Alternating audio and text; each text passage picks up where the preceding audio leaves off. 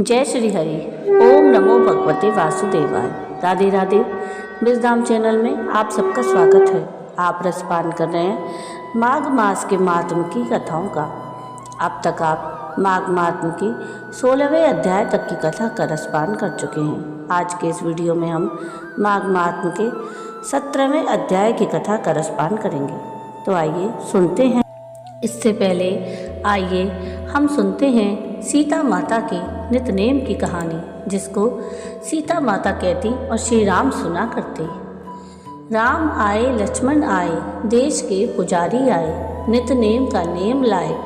आओ राम बैठो राम, माखन मिश्री खाओ राम, दूध बताशा पियो राम, सूत के पलका पोटो राम, शाल दुशाला ओढ़ो राम।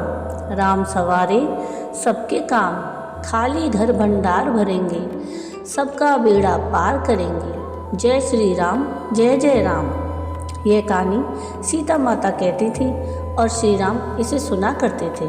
एक दिन श्री राम भगवान को किसी काम के लिए बाहर जाना पड़ गया तो सीता माता कहने लगी कि भगवान, मेरा तो 12 वर्ष का नितनेम है, अब आप बाहर जाएंगे तो मैं अपनी कहानी किसे सुनाऊंगी। तब श्री राम ने कहा कि तुम कुएं की पाल पर जाकर बैठ जाना और वहाँ जो औरतें पानी भरने आएंगी उन्हें अपनी कहानी सुना देना। सीता माता कुएं की पाल पर जाकर बैठ जाती हैं। एक स्त्री आई, उसने रेशम की जरी की साड़ी पहन रखी थी और सोने का घड़ा ले रखा था। सीता माता उसे देखकर कहती हैं कि बहन, मेरा 12 वर्ष का नितनेम सुन लो। और वह स्त्री बोली कि मैं तुम्हारा नितनेम सुनूंगी तो मुझे घर जाने में देर हो जाएगी और मेरी सास मुझसे लड़ेगी। उसने कहानी नहीं सुनी और चली गई। उसकी रेशम की जरी की साड़ी फट गई, सोने का घड़ा मिट्टी के घड़े में बदल गया। सास ने देखा तो पूछा कि ये किसका दोस्त अपने सिर लेकर आ गई है। तो बहू ने कहा कि कुएं पर एक औरत बैठी थी, उसने कहानी सुनने के लिए कहा, लेकिन मैंने सुनी नहीं, जिसका यह फल मिला। बहू की बात सुनकर अगले दिन वही साड़ी और घड़ा लेकर सास कुएं की पाल पर गई। सास को वहीं माता सीता बैठी हुई मिली तो माता सीता ने कहा कि बहन, मेरी कहानी सुन लो। सास बोली कि एक बार छोड़, मैं तो 4 बार कहानी सुन लूँगी। राम आए लक्ष्मण आए, देश के पुजारी आए, नितनेम का नेम लाए। आओ राम बैठो राम, तपी रसोई जियो राम, माखन मिश्री खाओ राम, दूध बताशा पियो राम, सूत के पलका मोटो राम, शाल दुसाला ओढ़ो राम, शाल दुसाला ओढ़ो राम। जब बोलूं जब राम ही राम, राम सवारे सबके काम, खाली घर भंडार भरेंगे, सबका बेड़ा पार करेंगे। जय राम जय श्री राम। सास बोली कि बहन, कहानी तो बड़ी अच्छी लगी। कहानी सुनकर सास घर चली गई और उसकी साड़ी फिर से रेशम जरी की बन गई और मिट्टी का घड़ा फिर सोने के घड़े में बदल गया। बहू कहने लगी, सासू माँ, आपने ये सब कैसे किया? तो सास ने कहा कि बहू, तू दोष लगा के आई थी और मैं अब दोष उतार कर आ रही हूँ। बहू ने फिर पूछा कि वह कुएं वाली स्त्री कौन है?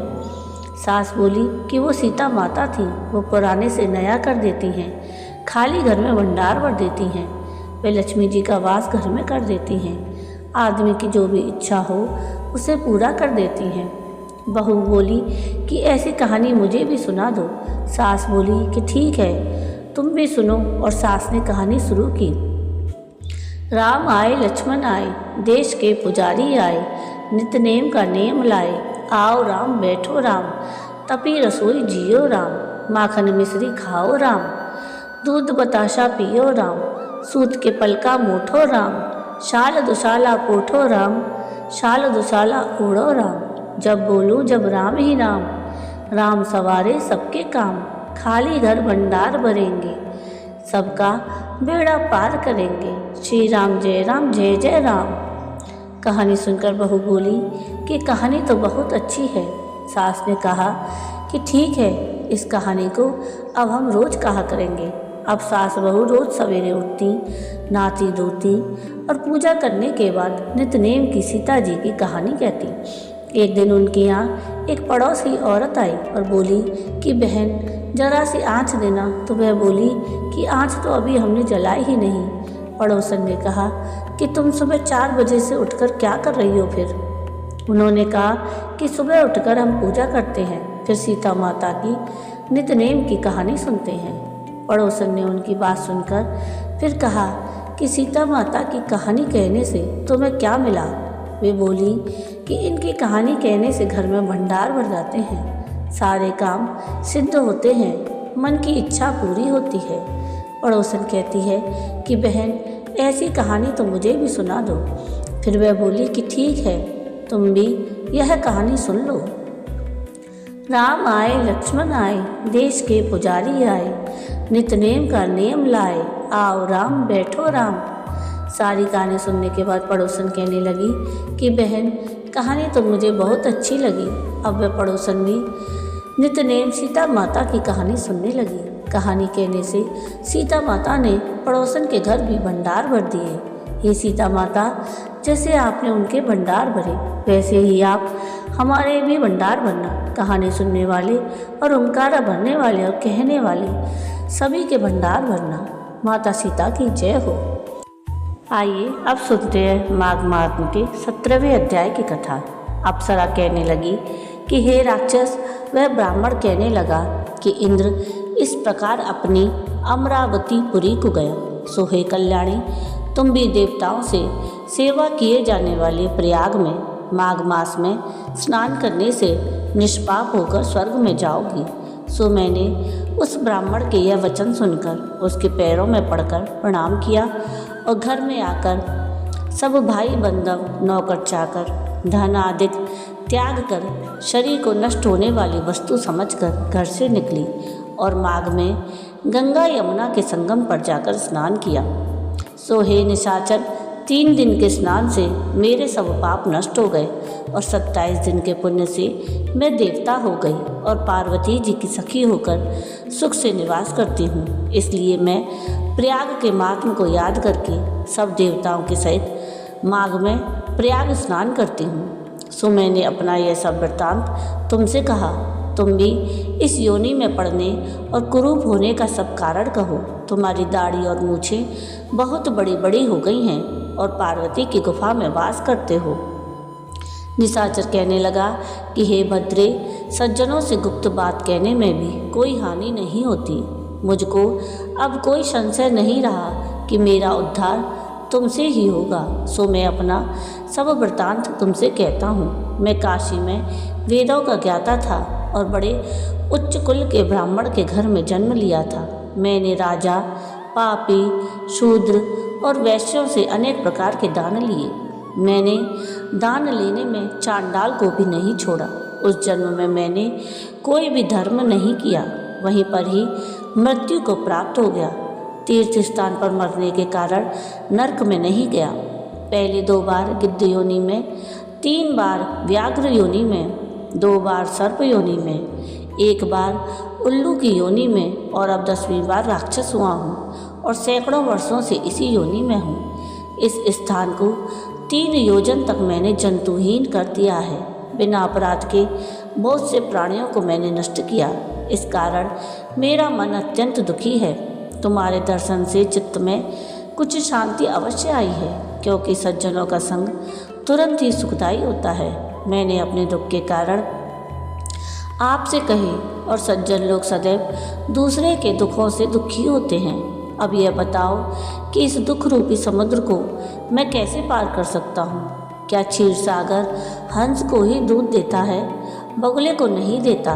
दत्तात्रेय जी कहने लगे कि इस प्रकार उसके वचन सुनकर कांचन मालिनी कहने लगी कि हे राक्षस, मैं अवश्य तुम्हारा कल्याण करूँगी। मैंने दृढ़ प्रतिज्ञा की है कि तुम्हारी मुक्ति के लिए प्रयत्न करूँगी। मैंने बहुत बार प्रयाग में स्नान किया है। वेद जानने वाले ऋषियों ने दुखी को दान देने की प्रशंसा की है।